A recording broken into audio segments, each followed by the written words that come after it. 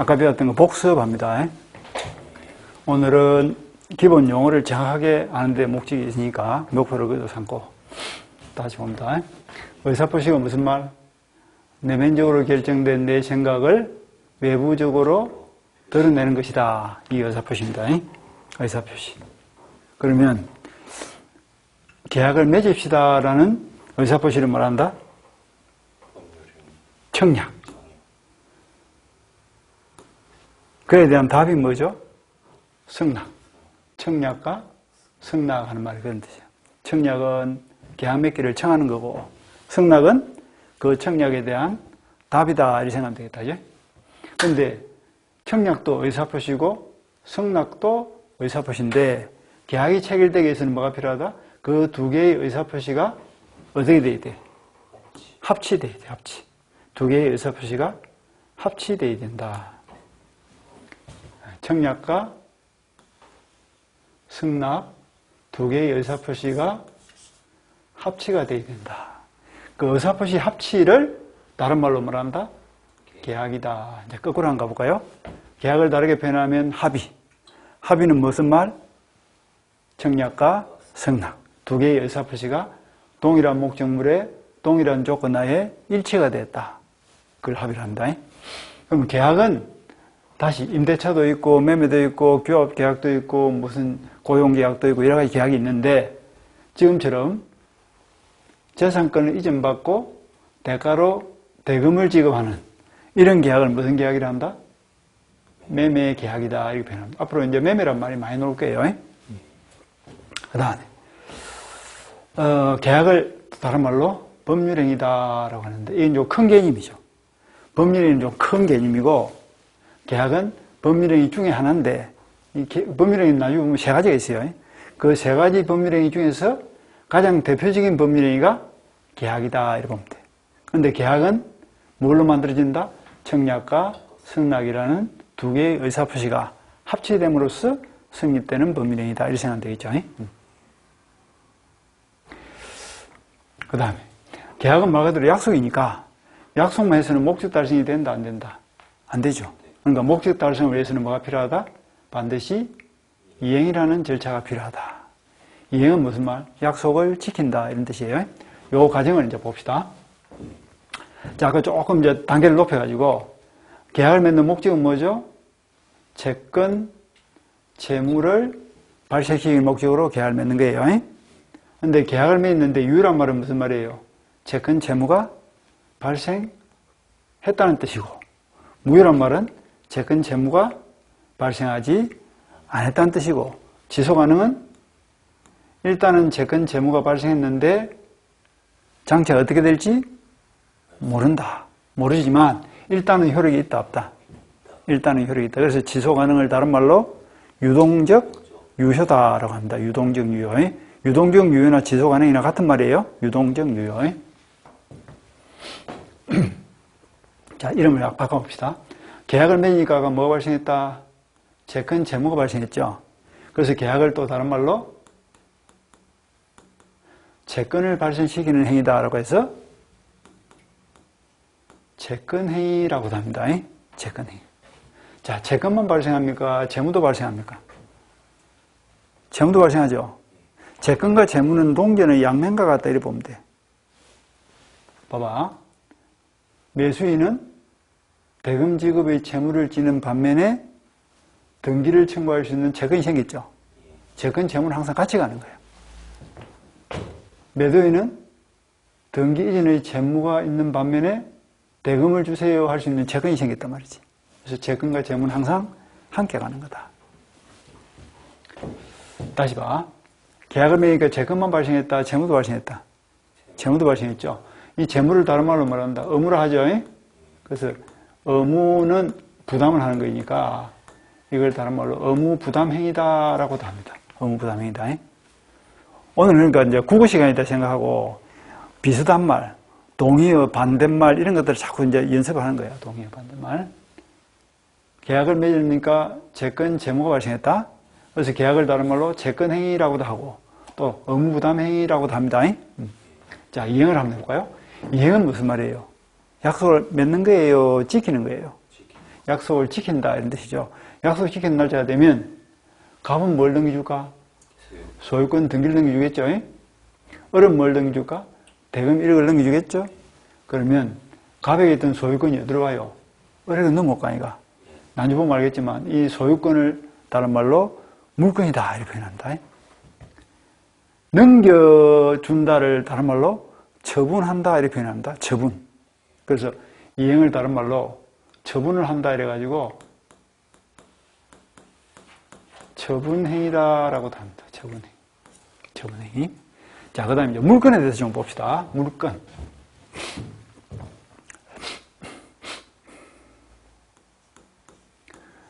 민법 공부를 할 때는 이제 중요한 건 이분법이에요. 이분법. 지구상에 존재하는 걸 두 개로 나누면 사람과 사람이 아닌 것으로 나눌 수 있다. 그지? 사람이 아닌 것을 통틀어서 물건이다 이렇게 표현합니다. 그러니까 지구상에는 딱 두 개밖에 없어. 뭐다? 사람과 물건 둘 중 한 개입니다. 사람은 권리 주체입니다. 물건은 권리 객체입니다. 야, 사람이 사람을 지배한다 말이 돼요, 안 돼요? 사람이 사람을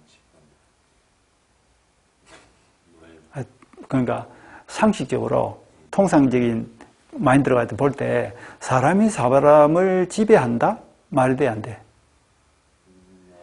우리나라는 평등사회이기 때문에 계급이 없죠. 우리나라는 계급사회가 아니잖아. 조선시대처럼 계급사회가 아니기 때문에 사람은 사람을 지배할 수가 없고 지배를 당하지도 않고 지배할 수도 없다. 사람이 물건을 지배한다 말이 돼, 안 돼? 말이 되죠. 그래서 권리 주체인 사람이 권리 객체인 물건을 뭐 한다고? 지배한다. 지배하는 권리. 권리 주체인 사람이 권리 객체인 사람, 권리 주체인 사람이 권리 객체인 물건을 지배하는 것. 요걸 뭐라 한다? 물건이다. 이렇게 표현합니다.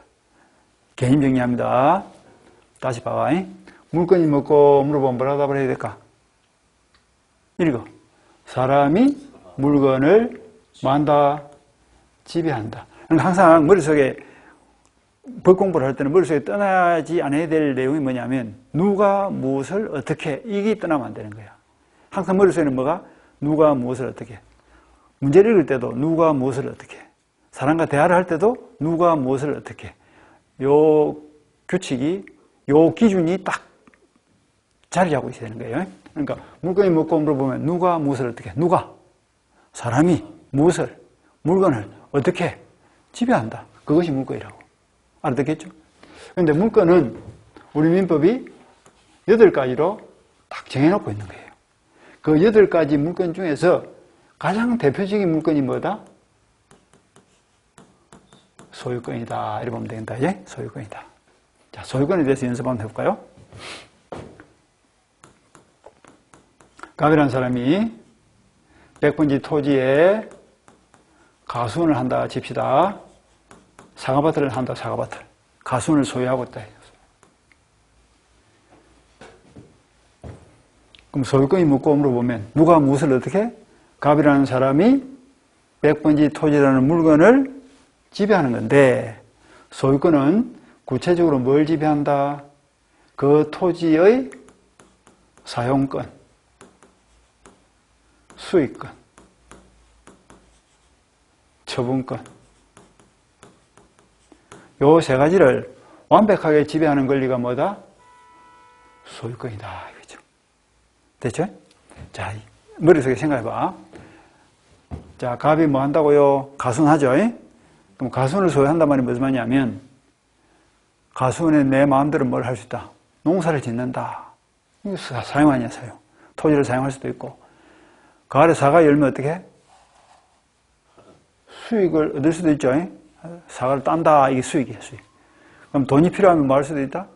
그 가수원을 사고 팔고 담보를 설정하고 돈을 빌려 쓸 수도 있겠죠. 그게 처분이야, 처분.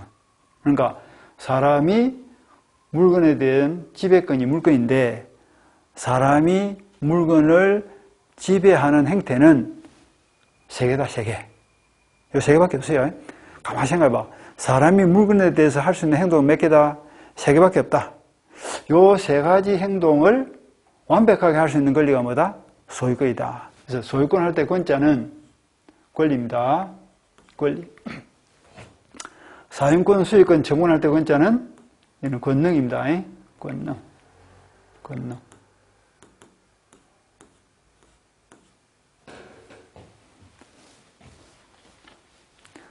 자, 칠판 보고 물어본다. 권리를 만드는 부속품이 뭐예요? 권능입니다. 권리를 만드는 부속품은 권능이다. 권능이 모여서 뭘 만든다? 권리를 만드는 거야. 그러니까 우리가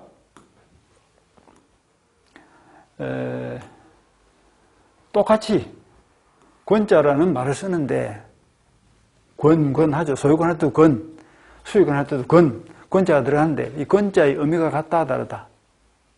다르다는 것이. 민법 공부할 때 이런 것들이 헷갈려. 글자는 똑같은데 의미가 다른 거예요. 소유권 할 때 권자는 뭐죠? 권리. 사용 수익권 할 때 권자는 권리가 아닙니다. 권능. 나중에 뒤에 가면 또 대리권이 나올 거야. 대리권 할 때 권자는 권한. 이런 식으로. 똑같이 권자를 쓰고 있지만 권의 의미가 같다 다르다? 다르다. 이런 기초를 정확하게 알고 있어야 나중에 책을 읽을 때 편하다고. 다시 봐. 소유권이 뭐고 물어보면 뭐라고 해야 될까요? 사람이 물건의 사용, 수익, 처분을 전면적으로 뭐 한다고? 지배하는 권리다. 이렇게 읽으면 된다고. 됐죠? 자, 한번 해볼까? 소유권이 뭐예요? 사람이 물건의 사용, 수익, 처분 권능을 전면적으로 지배하는 권리다. 그래서 소유권은 완벽한 권리예요. 완벽한 권리입니다. 소유권 개념을 놓치면 안 돼. 소유권은 아주 중요한 개념이니까 사용, 수익, 처분 권능을 완벽하게 지배하는 권리를 소유권이라 한다. 여기까지 본 거예요. 소유권 봤습니다. 소유권.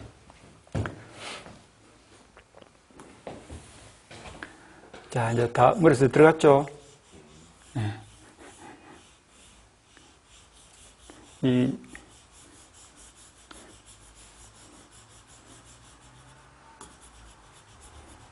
지우개가 자, 소유권이 뭐예요?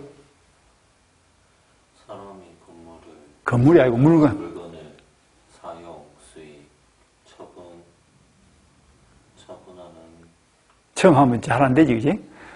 소유권할 때 권자는 권리죠? 소유권은 그러니까 이렇게 생각하면 돼.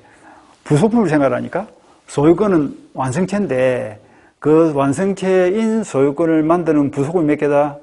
부속이 3개야, 3개. 그 3개가 뭐라고? 사용, 수익, 처분, 권리다, 권능이다. 권능이다. 그러니까 소유권은 사람이 물건의 사용, 수익, 처분 권능을 전면적으로 지배하는 권리다. 이렇게 알고 있으면 돼요. 됐죠? 소유권의 뜻입니다. 소유권. 자, 소유권 개념을 알았죠?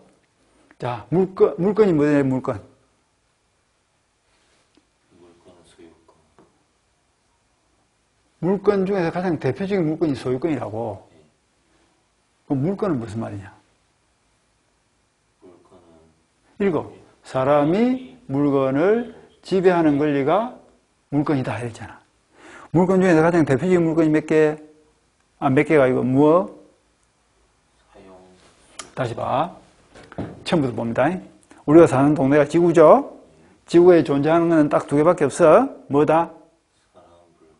사람과 물건이 있다. 사람은 주체, 물건은 객체. 권리 주체, 권리 객체. 그럼 사람이 물건을 지배하는 권리는 무슨 권리? 물건. 물건은 몇 개가 있다? 8개. 그 8개 중에서 가장 대표적인 물건이 소유권이다. 소유권은 뭘로 만들어진다? 사용, 수익, 처분 권능으로 만들어진다. 권능으로 만들어진다. 사용, 수익, 처분 권능으로 만들어진다. 자, 소유권이 뭐고 물어보면 사람이 물건을 지배하는데 그 지배의 내용이 뭐라고? 사용, 수익, 처분이라고. 알아들었죠? 요것만 해도 오늘 공부 엄청 하는 거예요, 지금. 집에 가면 글자가 떠댕겨. 아리아리하이. 차근차근 따라가시면 됩니다. 소유권 개념까지 봤습니다. 자, 소유권은 물건입니다. 물건. 다시 봐봐. 이행 날짜가 됐어? 그럼 갑은 뭘 줘요? 등기를 줘. 등기를 주면 갑에게 있던 100번지 토지 소유권이 어디로 간다? 어디로 넘어가죠? 소유권은 다른 말로 하면 물건이죠. 그래서 소유권이 변동되었다를 다르게 표현하면 물건이 변동되었다 이렇게 하면 돼. 물건이 변동되었다. 그래서 뭘 하니까? 이행을 하니까 물건 변동이 난 거야. 그래서 이행을 다른 말로 뭐라 한다? 물건행위다 이렇게 표현합니다. 물건행위다. 이행을 다른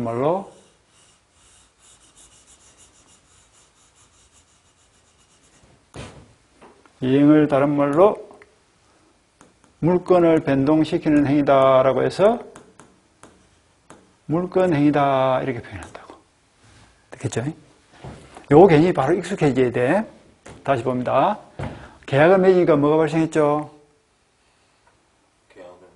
계약을 맺으면 채권, 채무가 발생하죠. 그래서 계약을 무슨 행위를 한다? 채권행위라고도 하고 또 다른 말로 의무부담행위라고도 합니다. 자, 이행을 하니까 뭐가 변동됐다? 물건이 변동됐죠. 그래서 물건행위다라고 하고 이행은 약속을 하는 거예요? 넘겨주는 거예요? 넘겨주는 걸 말하지? 처분이라 하죠. 처분한다 이러잖아. 그래서 이행을 다른 말로 처분행위다, 물건행위다 이렇게도 표현한다고. 이해가 되죠? 자, 전체를 다시 봅니다. 채권행위가 있고 물건행위가 있어. 그러면 시간적 순서로 보니까 채권이 빨라요? 물건이 빨라요? 채권이 빠르죠. 3월 1일 날 채권행위를 했기 때문에 5월 1일 날 물건 변동이 난 거 아니야. 그래서 무슨 행위다? 원인행위고 물건행위는 무슨 행위다? 그 결과 발생하는 행위다. 그래서 채권행위와 물건행위는 뭘로 이제 어떤 관계로 연결되어 있다? 인과관계로 연결되어 있다. 뭐가 됐죠? 한 개 한 개 붙여나가는 거야, 살을. 그럼 양이 자꾸 늘어나. 그러니까 양이 자꾸 늘어나기 전에 기초부터 정확하게 알아야 돼. 그래야지 민법을 공부할 수 있는 토대가 만들어지는 거야, 토대가. 됐고. 다시 볼까요? 계약을 맺으니까 뭐가 발생했죠? 채권, 채무가 발생했다. 그래서 계약을 다른 말로 채권행위다라고도 하고 의무부담행위다라고도 합니다. 이행을 하니까 뭐가 발생했다? 물건 변동이 났죠. 그래서 이행을 다른 말로 물건행위다라고 하고 또 넘겨준다 이래가지고 처분행위다라고도 합니다. 근데 시간적 순서를 보니까 물건이 빨라요? 채권이 빨라요? 채권이 빠르죠. 계약을 맺었기 때문에 물건 변동이 난 거 아이가. 계약을 안 맺었으면 물건 변동도 안 났겠죠. 소유권 변동이 안 났을 거예요. 그래서 채권행위와 물건행위는 무슨 관계다? 인과관계로 연결되어 있다. 요까지 알았죠? 인과관계로 연결되어 있다까지 본 거예요. 자, 이제 지어가면서 봅니다. 자, 소유권 지운다. 소유권이 뭐예요? 소유권. 그러니까 내가 물어보면 학생들은 답을 할 때 누가 무엇을 어떻게 이렇게 답을 하니까. 자, 소유권이 뭐고 물어보면 사람이 물건을 지배하는 권리인데 구체적으로 뭘 지배한다? 사용, 수익, 처분권 등을 지배한다. 이렇게 답을 하면 돼. 사용, 수익, 처분권 등을 지배한다고. 사용, 수익, 처분. 요 세 가지를 완벽하게 지배하면 그게 소유권이야. 그럼 요 두 개만 지배하면 뭐 할까? 용익 이러면 되지. 용익. 요것만 지배하면 담보물권 이렇게 표현한다. 좀 이따 이게 다시 볼 거예요. 용익물권, 담보물권 이런 말이 또 나온다고. 그 기초가 되는 게 소유권이에요. 소유권. 그 다음 물건 지웁니다. 물건이 무슨 말이죠? 사람이 물건을 지배하는 권리다. 지웁니다. 지구상에 존재하는 것은 뭐죠? 사람과 물건. 사람과 물건 두 개밖에 없습니다. 자, 미분법, 몇 분법? 이분법으로 되어 있어. 요거 아니면 요겁니다. 자, 그 다음에, 그럼 이제, 다시 봅시다. 사람은 두 종류가 있어. 어떤 종류가 있냐면, 자연인이 있고, 법인이 있어, 법인. 되겠죠? 법인은 다시 두 종류가 있어. 법인은 사람의 집단으로서 법인 설립 등기를 마친 것을 사단법인 이렇게 표현하고, 재산의 집단으로서 법인 설립 등기를 마친 것을 재단법인 이렇게 표현합니다. 법인은 두 가지가 있다고. 사단법인 아니면 재단법인이죠. 물건도 두 가지가 있습니다.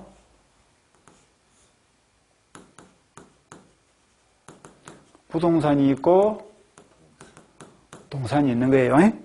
이분법으로 되어 있어. 굳이 따지자면 자연인도 두 개 있겠죠, 그죠? 자연인은 뭐가 있을까? 남자가 있고 여자가 있겠지 뭐, 그죠? 이렇게 이분법 구조로 되어 있다, 이렇게 생각하시면 쉬워.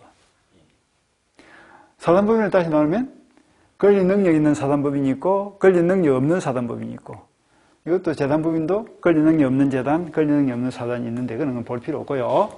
하여튼 재단법인, 사단법인이 있다까지 봤어요. 남자, 여자 이런 것도 볼 필요 없고, 이렇게 딱 그러시면 돼요.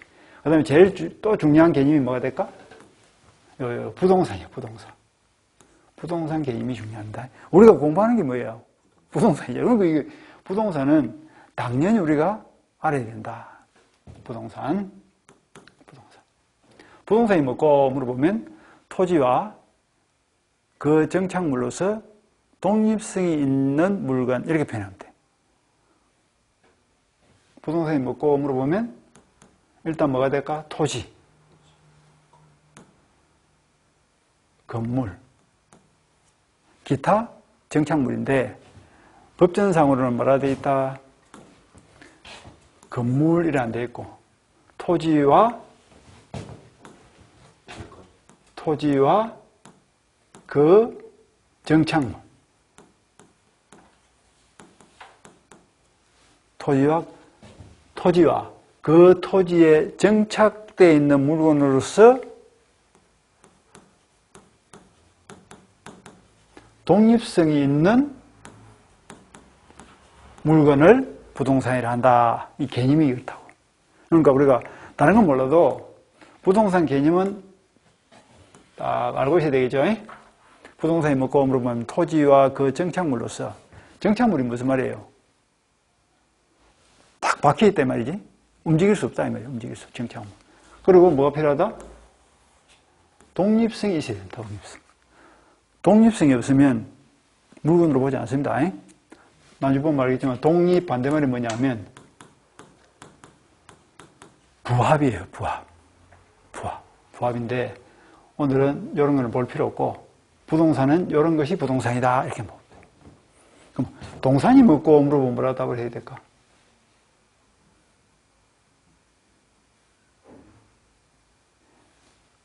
물건 중에서 부동산이 아닌 물건을 동산이라 한다 이러면 되지. 그게 이분법의 구조 아니야, 이분법. 그러니까 공부를 할 때 양쪽을 본다, 한쪽만 본다. 한쪽을 보고 나머지는 뭐다? 반대로 생각 안 되는 되겠죠, 그지? 그러니까 동산을 정의하려고 막 머리를 굴리지 말라고. 남자가 뭐고 물어보면 여자가 아닌 게 남자지 뭐 이렇게 하면 되잖아. 물건이 뭐고 물어보면 사람 아니면 다 물건이지. 사람이 뭐고 아니면 물건이 아니면 다 사람이지 뭐. 알겠죠? 요령을 알겠죠, 그지? 개념을 정의하는 요령을 익히시라고. 그러니까 법전에도 그렇게 돼 있어. 우리 민법 99조에 보면 부동산이 아닌 물건을 동산이라 한다 이렇게 돼 있다고. 그 내 말이 아니고 법전에 그렇게 적어놨어. 그러니까 동산에 대해서 보지 마. 동산에서 시험 나와 안 나와? 안 나와. 우리는 부동산만 보시면 돼. 나중에 보면 동산은 또 세 가지가 있어요. 일반 동산이 있고 준부동산이 있고 금전이 있고 세 가지가 있는데 그 시험하고 큰 관계 없거든. 그러니까 나중에 필요할 때 보시면 돼요. 오늘은 이렇게 물건은 부동산 아니면 뭐다? 동산이다. 요까지만 딱 보시면 됩니다. 요 머릿속에 들어갔죠, 그제? 오늘 기초 집어넣기 많습니다. 기초만 해도 집어넣기 많다.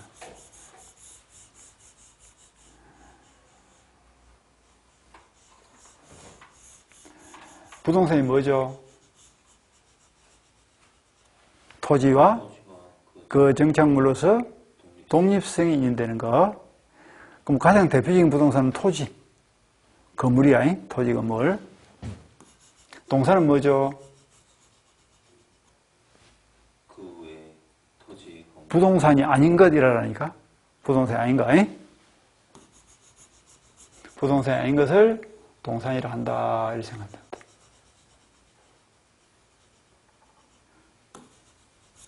물건이 뭐예요? 사람이 아닌 걸 물건이라 합니다. 물건은 주체다, 객체다?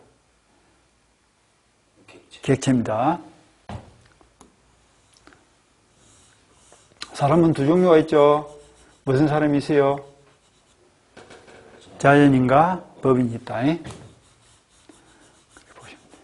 한 개 한 개 씌어가면서 기초를 쭉 봤습니다. 그 다음에 뭘 보느냐 하면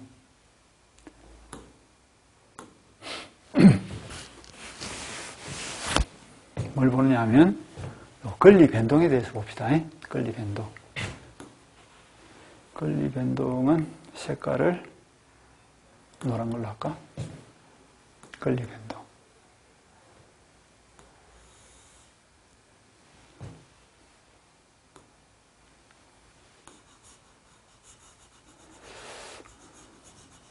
미성년자의 친권자가 하는 역할이 뭐죠?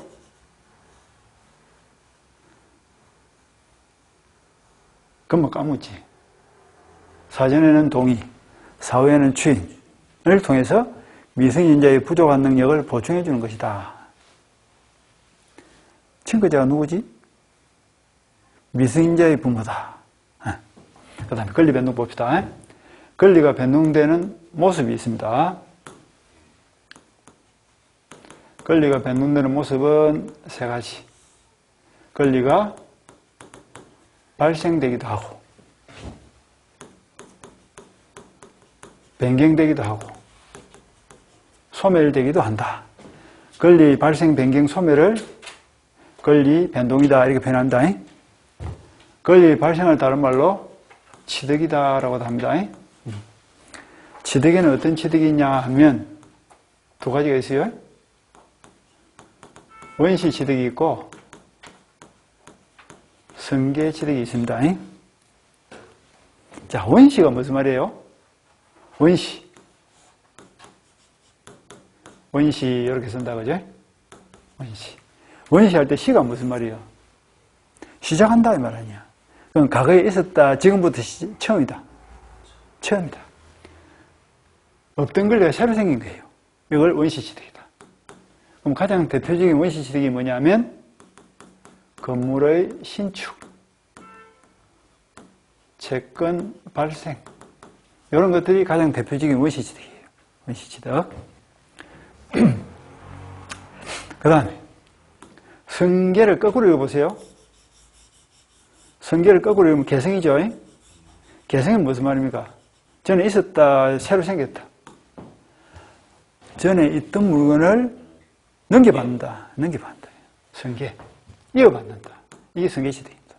그러니까 원시취득은 없던 권리가 새로 생겼다는 뜻이고, 성계취득은 기존에 존재하던 권리가 이어져 내려온다. 이어받았다는 뜻이에요. 성계취득을 다시 나누면 이전적 성계가 있고 설정적 성계가 있습니다. 이전적 성계를 다시 나누면 특정 성계가 있고 포괄 성계가 있어. 설정적 성계를 다시 나누면 용익물권 설정이 있고 담보물권 설정이 있습니다. 요 개념을 지금 익히는 거예요. 자, 특정성에는 가장 대표적인 것이 뭐냐면 매매. 포괄성에는 가장 대표적인 것이 상속. 이거 봅시다. 자, 여기 무슨 말인가 봐요.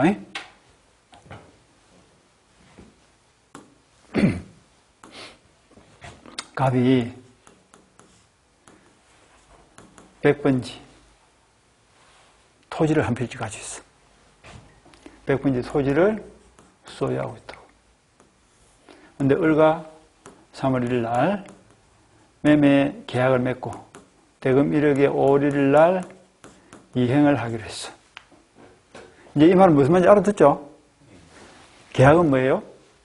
약속. 이행은 약속을 지킨다 이 말이다. 예? 그럼 이행 날짜 되면 을은 뭘 해야 될까? 약속한 대로 대금 1억을 지급해야 되겠죠. 갑은 뭘 해야 될까? 5월 1일 날 약속한 대로 등기를 넘겨줘가지고 소유권을 을에게 넘겨줘야 될 거예요. 이거가 됐죠? 그러면 소유권을 넘겨줄 때 요 갑이 가지고 있던 소유권 중 일부만 넘겨줄까? 전부를 다 넘겨줄까? 자, 아까 소유권은 뭘로 만들어져요?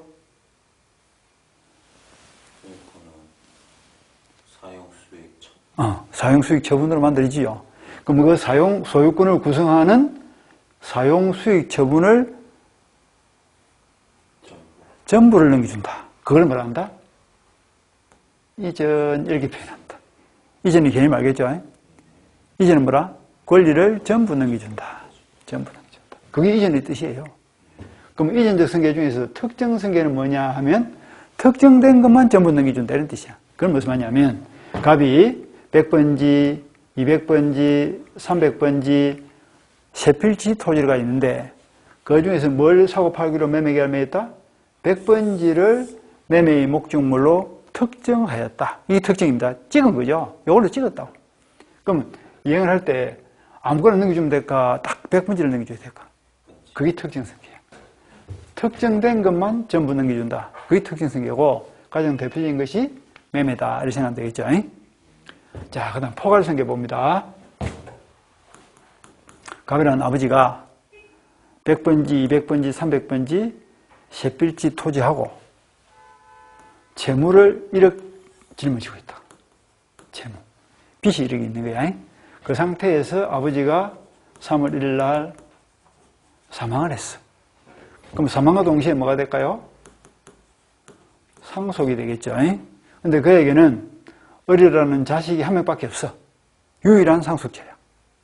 그러면 상속이 되면 이 아버지가 있던 그 재산이 어디로 넘어가요? 자식한테 넘어가겠죠.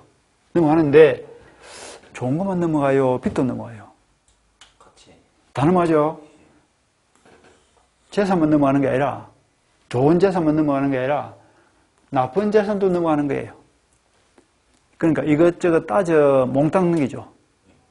몽땅. 그게 뭐다? 포괄이야, 포괄. 특정성에는 딱 특정된 걸 전부 넘겨준다는 뜻이고 포괄성에는 특정하지 않고 그대로 몽땅 넘겨주는 것이 포괄성이다. 상속입니다. 여기서 더 나가면 이제 등기를 해야 되냐 안 해야 되냐 여기 또 나올 거예요. 근데 매매는 등기해야 되고 상속은 등기 필요 없다. 그리고 딱 가지가 또다 쳐져 나갈 거야. 그러니까 뿌리를 잘 내려놓는 게 좋습니다. 그러니까 오늘 첫날 수업이 상당히 중요한 거예요. 특정성계, 포괄성계까지 봤습니다. 그럼 이제 설정에 대해서 봅니다. 설정.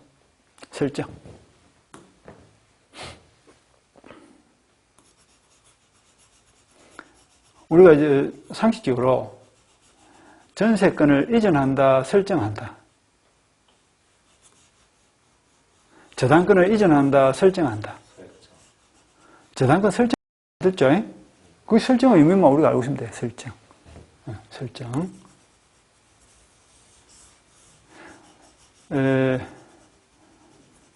을이 돈이 급한 거예요. 그래서 갑을 찾아서 갑이 돈이 급한 거야. 그래서 을을 찾아서 돈을 빌려주세요 했어. 돈을 1억만 빌려주세요 하니까 우리 그냥 빌려줄까 담보를 잡힐까? 다시 봐. 갑이 지금 뭘 하고 있다? 100분지 토지를 소유하고 있죠. 소유권은 뭘로 만들어져요? 사용, 수익, 또 처분. 요 세 가지 권능으로 만들어진다 있죠.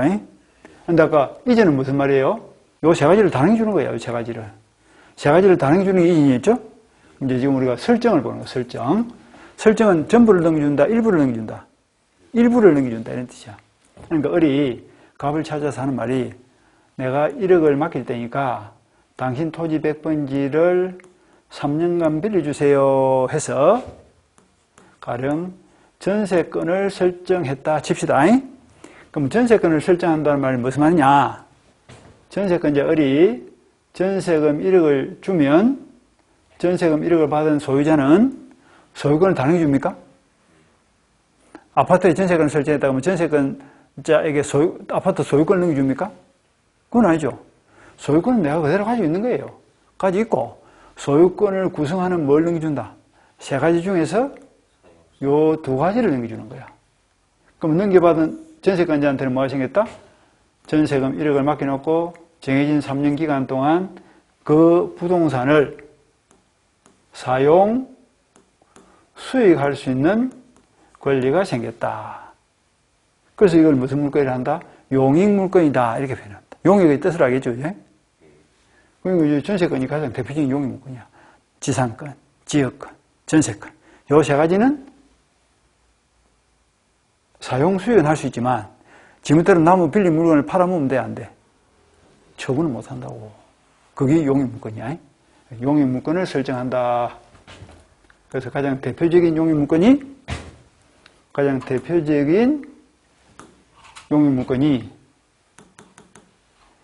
나중에 보면 알겠지만 지상권, 지역권, 전세권 이런 게 나올 거예요. 이렇게 보시면 돼요. 그 다음 담보물건에 대해서 봅시다. 담보물건의 색깔을 빨간 걸로 해서 자, 갑이 돈이 급해. 그래서 은행을 찾아갔어. 우리 은행이야. 찾아서 돈 1억을 빌려주세요 합니다. 돈 1억을 빌려주세요. 그럼 돈을 빌려주는 은행은 뭐다? 채권자. 돈을 빌린 갑은 뭐가 될까요? 돈을 갚아야 되니까 채무자가 되겠죠? 채권 채무자도 되겠죠, 이제? 그런데 채권자인 은행이 이 큰 돈을 그냥 줄까, 뭔가 담보를 잡을까? 무슨 안전장치가 있어야 될 거 아니야? 그 안전장치가 뭐예요? 담보죠? 담보는 뭔가를 보장한다는 뜻이거든. 그래서 은행이 담보를 설정하세요 하니까 갑이 요 100분지 토지에다가 저당권을 설정해 주기로 했다.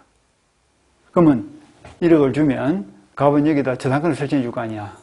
그럼 저당권을 설정한다는 말은 소유권을 넘겨주는 겁니까? 그건 아니죠. 소유권은 채무자가 그대로 가지고 있고 소유권의 구성요소 셋 중에서 뭘 주는 거예요? 처분권. 처분권을 은행에 딱 맡겨놓는 거야. 맡겨놓고 돈 1억을 빌려 쓰는 거죠. 그게 담보물건이야. 그러고 있다가 나중에 돈 갚을 날짜가 되면 10월 1일 날 만약에 변제하기로 했다 칩시다. 변제는 돈 갚는 거예요. 근데 변제를 하면 지고 있는 처분권을 돌려줄 것이고 변제를 안 하면 어떻게 할까? 변제를 하면 은행에서 어떻게 해? 이 처분권을 행사하겠죠. 처분권을 행사한다는 뭐라 합니까? 경매한다 이렇게 표현하잖아. 그렇죠? 이게 뭐다? 담보물건이다. 담보물건의 구조를 알겠죠? 그래서 담보물건은 사용수익 처분에서 뭘 지고 있는 거다? 처분권을 지고 있는 겁니다. 처분권을 딱 지고 있다가 돈을 갚으면 처분권을 돌려주고 돈 안 갚으면 처분권을 행사하고 이게 담보물건이라고. 그러면 담보물건에는 어떤 것이 있냐? 담보물건에는 유치권, 질권, 저당권이 있다 이렇게 보면 돼. 됐죠? 그래서 나중에 보면 용익물권, 담보물권 넣으면 이렇게 딱 알고 있으면 됩니다. 이 두 개를 우리가 나중에 보면 또 제한물권 이렇게 또 이름을 붙일 거예요. 요 가지가 권리의 발생에 대한 거예요. 발생.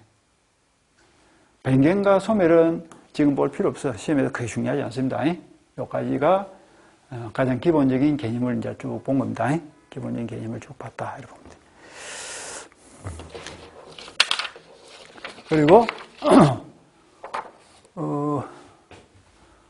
또 조금 쉬었다가, 나중에 이제 프린트 받은 걸 가지고 3교시부터 하도록 하겠습니다. 좀 쉬었다 하겠습니다.